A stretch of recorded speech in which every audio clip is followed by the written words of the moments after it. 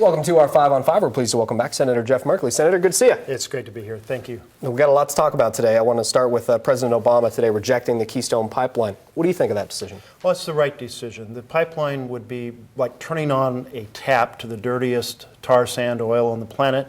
That's a mistake in light of all the challenges we have from global warming, and so it's the right decision. Okay. Today you're in town. Just a few hours ago, you toured the Ashland Forest Resiliency Project, going up there into the watershed. What do you think of what they're doing up there? Oh, it's great. This is becoming a national model because you have folks coming together from every perspective, working out what they call prescriptions for the way to cut and thin the forest, restore forest health, and just doing so in a way that's worked very effectively. And so other places in the country are saying, well, how can we bring people together where we are from different perspectives to produce a supply of saw logs and to restore forest health? And so well done.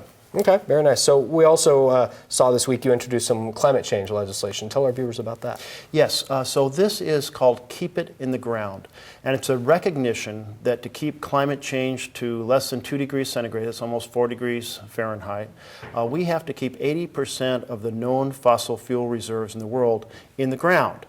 And we're seeing the impacts already here of global warming, and the temperature of the planet's gone up just a little less than 1 degree now, 0.9 degrees. We see the impact in terms of the red zone with the pine beetle, in terms of the greater forest fires, longer forest season, more acres burned. We're seeing the impact in terms of the loss of snow in the Cascades and therefore contributing to the drought in the Klamath Basin. We're even seeing it in terms of the acidity of the Pacific Ocean and the impact on the oysters reproducing. So we're seeing all these impacts, and we're just at the front end. It's been said we are the first generation to experience global warming, and we're the last generation to do something about it. And that's because as carbon accumulates, it stays in the air for hundreds of years and continues to warm the planet. So this is saying if we've got to keep 80% in the ground, let's start with the citizen-owned, American citizen-owned fossil fuels. We own about 6 to 10% by various estimates of the reserves in the world, and not keep doing new leases that will result in extraction 30, 40, 50 years in the future. Oh, very good. We're going to take a quick break. Not much more in a moment. Stay with us.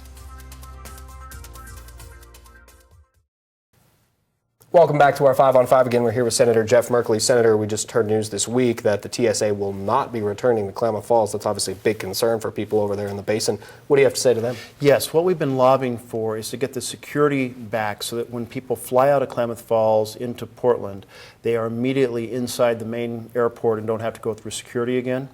This is important to make it an effective, efficient air service.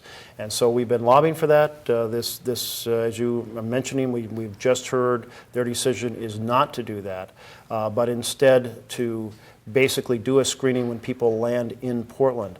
So I have just been on the line with the TSA. In fact, I know Oregonians will be very interested that the key security person is the son of our former Senator Mark Hatfield. Mm-hmm. Mark Hatfield. He has a very soft spot, of course, for Oregon and wants to be as helpful as possible within their rules. So we're just going to keep working on this problem because air service to Klamath Falls is essential for the economy of Klamath Falls. It's essential for the F-15 base. It's essential for Geldwin.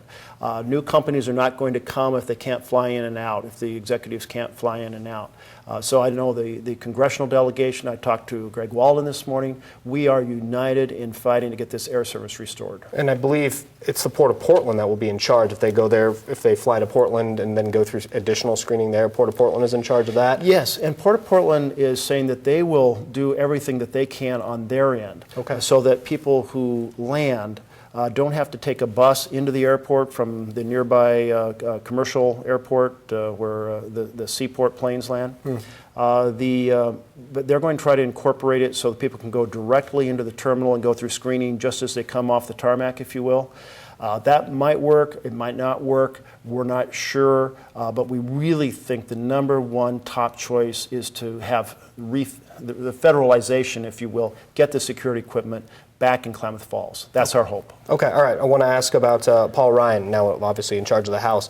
Is the budget deal now in question? The deal was just agreed to. It is in question, and this has caught everyone by surprise because we felt we had a deal worked out. It was voted on. Of course, that was under Boehner, Speaker sure. Boehner. Speaker Boehner clears the land, makes it everything kind of smooth and straightforward for the new speaker. The new speaker comes in and says, "Oh, I didn't support that deal, and I'm not compelled to honor it when it comes to the spending bills that are based on that budget." So it looks like we have to, we had all breathed a sigh of relief that there was no government shutdown in sight, that we had the architecture for our spending bills. But now it looks like we're going to have to go back in and fight to make sure that the budget gets implemented in the spending bills, and that we might have a hard time doing that. And so that's one piece of the problem. The other problem is that the House of Representatives has come up with this massive list of policy writers that are way outside mainstream America. And so they want to put those onto the spending bills, and so it looks like we're going to have a showdown over that also. All right, interesting. Definitely something that bears watching. Attorney General Ellen Rosenblum sat in the seat yesterday for the 5 on 5, and I do want to ask this question because she recommended we ask it of you, and I think it's a good one. She's heading to D.C. with some other attorney generals, Oregon, Colorado, Washington, who are dealing with legalized marijuana, and they want federal banks to accept this marijuana money. Where do we stand there?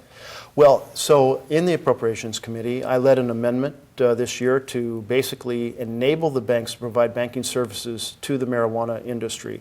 Because here's the problem, whether it's medical marijuana or if it's recreational marijuana, in either case, companies have basically gym bags full of cash, which is an invitation dangerous to certainly to assaults or to robbery, burglary, you name it, yeah. And it's also because you don't have everything documented in the same way you do through bank accounts, an invitation to diversion of funds or goods into the black market. So it's bad in every possible way. So I proposed this amendment. We passed it in the Appropriations Committee in the Senate. And so I'm hoping we can get this through. I'm not sure we're going to have the House behind us when it comes to the next, it's going to be in this next few weeks, and it will be as we decide the omnibus spending bills. And so hopefully we can get this in there and resolve this. But if we can't, we're going to have to keep working at it because it's just an absolutely unacceptable situation. Very good. Senator, good to see you. Thanks so much. Appreciate it. Stay with us. We'll be right back.